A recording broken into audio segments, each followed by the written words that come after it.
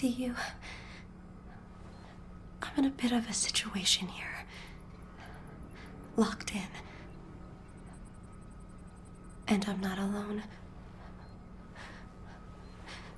What should we do? How do we get out of this room?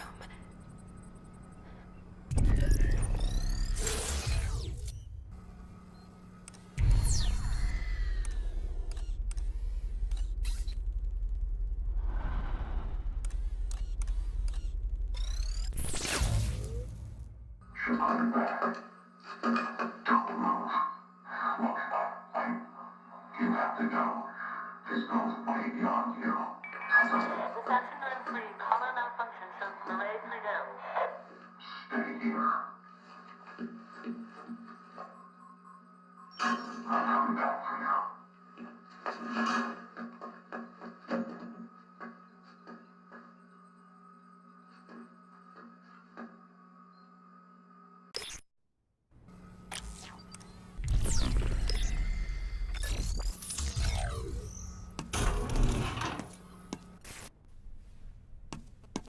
Hello. It's Cooper. Good job getting the girl out of immediate danger. You seem to have a solid handle on things. With the arrival approaching, we're being watched more closely than ever, and so I have to pretend to work.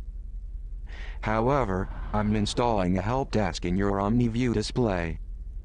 Select the help desk icon if you need my expertise along the way. Good luck tonight. No doubt, the girl would be doomed without you.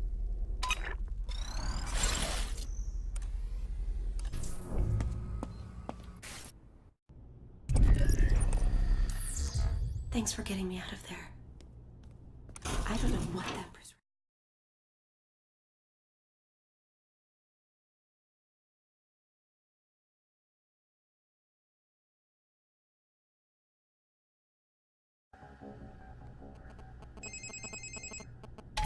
You're about to send the girl back through the part of the facility she just escaped from. There may be something for you back here, but I doubt there is anything of use to her.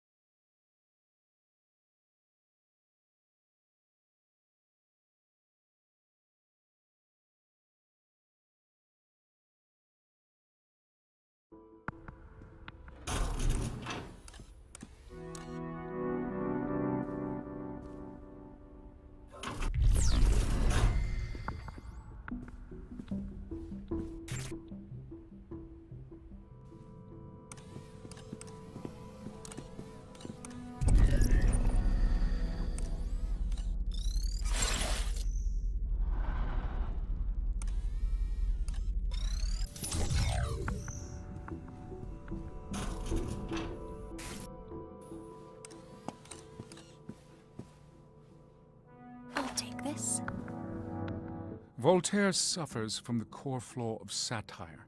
He manifests the very villainy he intends to lampoon. Do we want the women in our Republique to believe themselves currency in Voltaire's economy of sexual exchange? Intended or no, this preserves ancient viciousness against women and would justifiably lead half our citizens into unproductive rage. Customs agents across Europe once refused Candide passage. We must persevere where they have relaxed.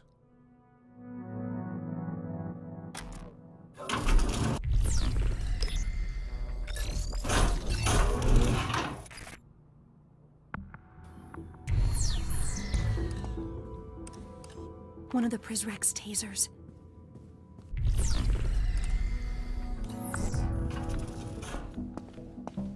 Zero. An old Zager cassette. This...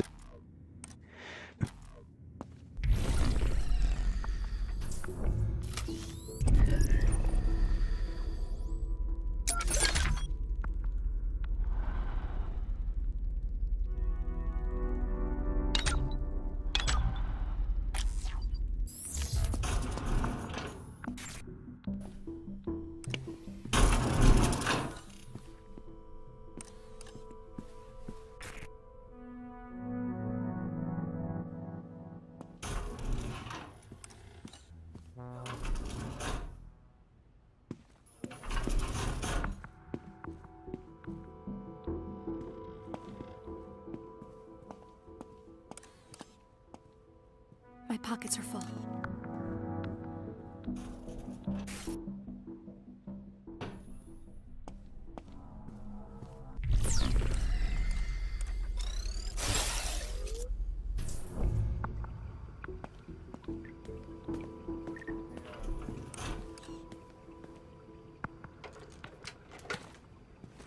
Oh, the screwdriver broke.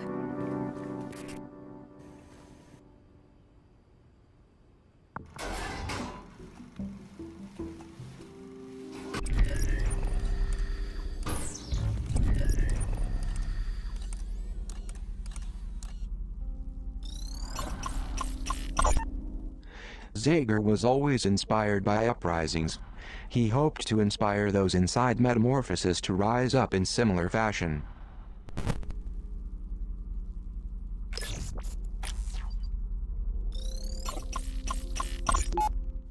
Zager called this photo the perfect metaphor for our times.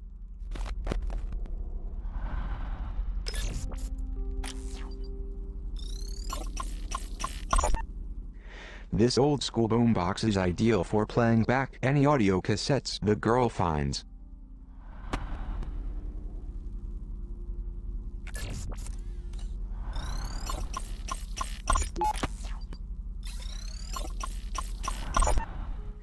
The first photograph Zager ever took.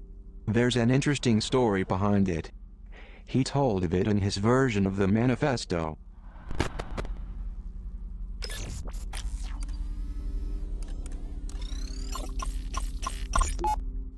Zager's altered manifesto was still a work in progress at the time of his death.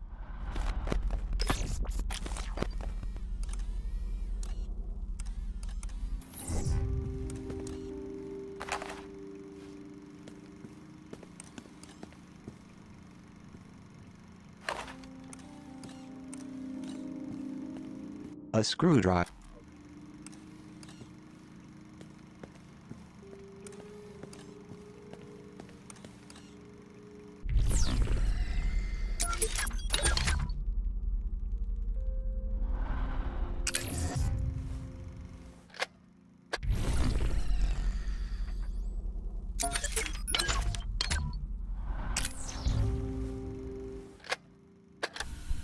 You know what? You know what? Privacy is dead. Somehow, I'm still alive. It's missing. And someone's been in here. I swear it. I know what you're probably thinking. And yeah, I am paranoid. But you'd be paranoid too if everyone was always out to get you. I swear. I swear I put these pictures away before I left. And I scattered everywhere. Maybe was I just drunk? No. Someone was here. I can't stay here. Whoever it was, whoever messed with my stuff, they'll be back. I gotta leave this place. I suppose it was only a matter of time. Keeping a secret from the overseer is hard enough. Keeping a secret room, well, that's nearly impossible. I'm gonna have to burn this spot and move on now.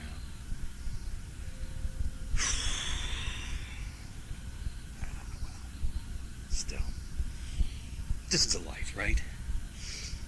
Show me a revolutionary who isn't living in their own and I'll show you a revolution destined to fail. Because when that fateful day arrives and technology betrays us, I'll be well suited for survival. I'll set up shop, string some tin cans together, and I'll start spreading that gospel. But for right now, I can't settle down. I can't. Gotta stay hungry. Gotta stay lean. Living in shadow is a necessity in my line of work. You know what it's like? I'm like that rat scratching around behind your walls. Until one day, you don't hear him anymore. And you sit there and you hope he went silent because he's dead. But in your heart of hearts, you know that rat ain't dead. He's off somewhere, making more rats.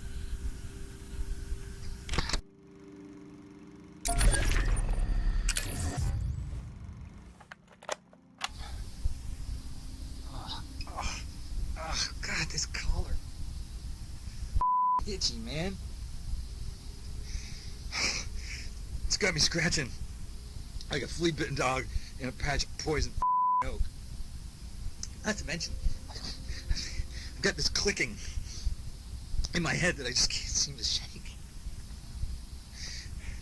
Bet you the overseer probably put a chip in my brain. Now it's malfunctioning. I figured forcing everyone to wear a collar wasn't enough, so he decides to tag us too.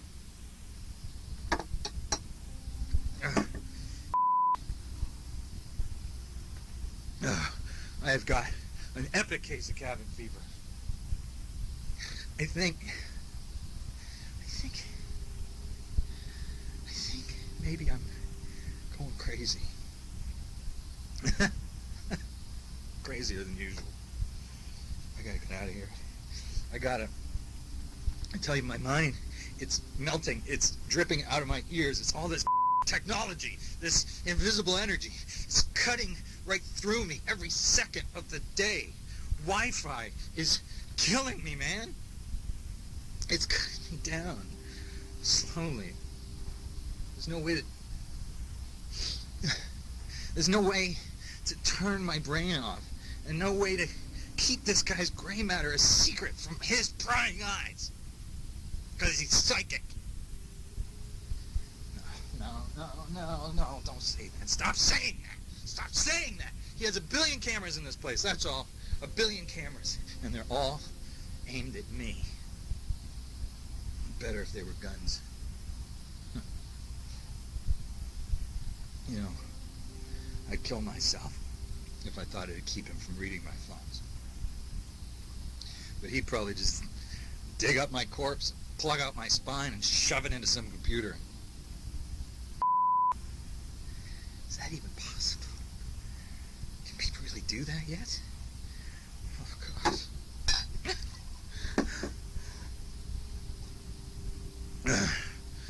My only choice is to keep drinking. Just keep drinking until my mind resembles an overcooked asparagus. I think I'm halfway there, I think. Every brain cell I drown is one less piece of evidence that bastard's thought police could turn against me. Booze is the best degaussing gun.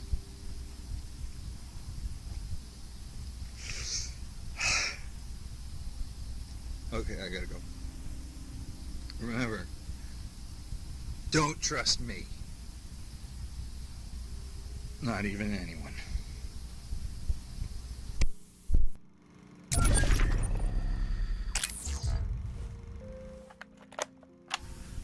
Know your enemies. I'm not talking about those that come at you with clenched fists, but with open arms. I'm not talking about that creepy old Victorian on the hill with the rickety shutter and the murder crows perched on the roof. No, that's too easy to see.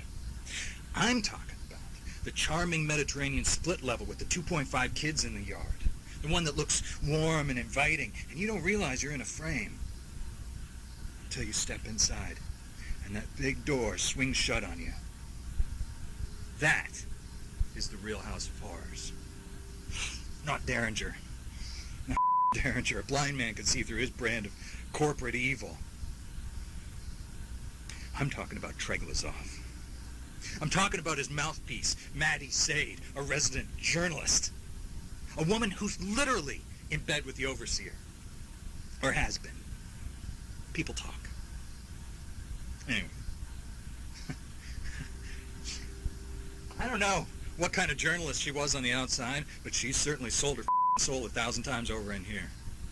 And what makes her so insidious is that she's too damn pretty. She's the plastic that'll melt first and cause a grease fire when the revolution heats up. She tells her lies through a megawatt smile. But for now, she's more dangerous than Derringer or any of those masked chumps.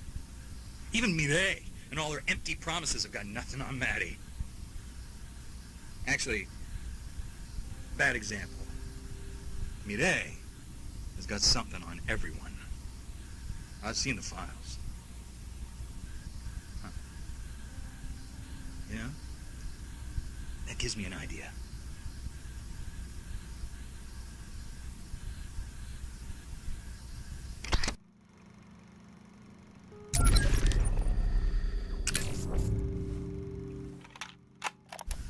I got a message for the Prizrak. To all you ghosts sulking around these halls, I got something to say. It's not your fault. You all been sold the same bill of goods by His Majesty King Treglazov.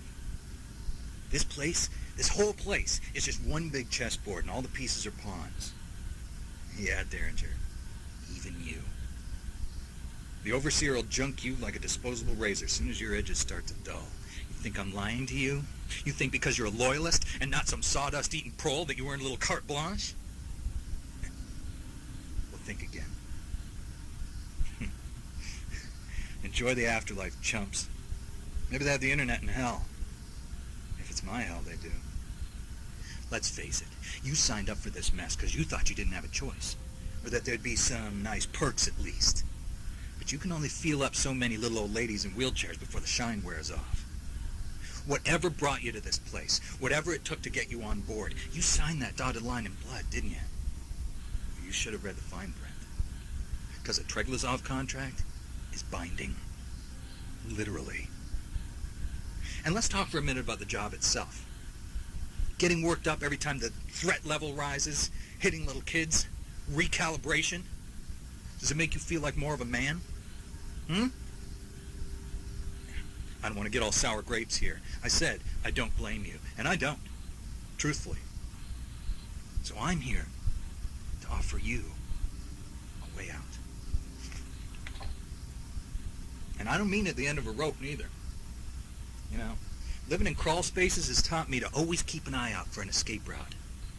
So here's yours. Revolt. Revolt! Turn your rage and despair into something productive, and bring me the head of King Treglazov. And you better free yourselves because, well, he sure won't. And in the meantime, I'll be here. I should probably clean up the place a little. Make some space for that severed head. This is Zager, saying don't trust anyone. Not even me.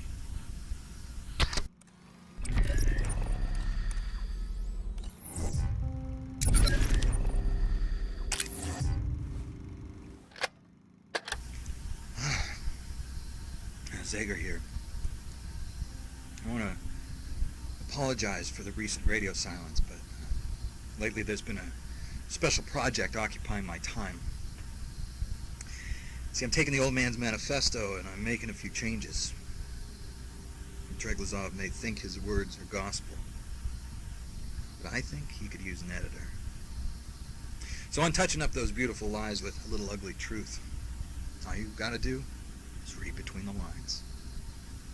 I gotta say, it's actually been easier than you might think. You can't swing a dead Prizrak without hitting a stack of manifestos in this place, so no shortage of raw materials.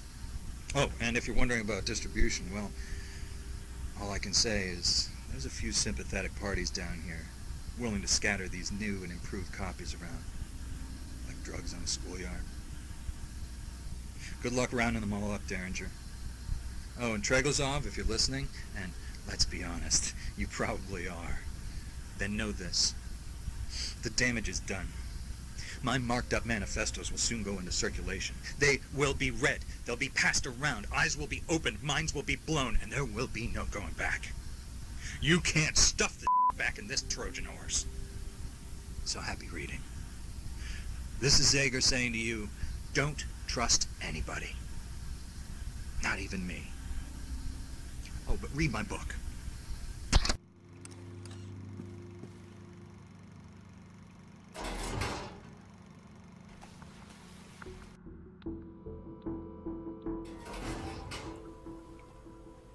No sign of the freak out.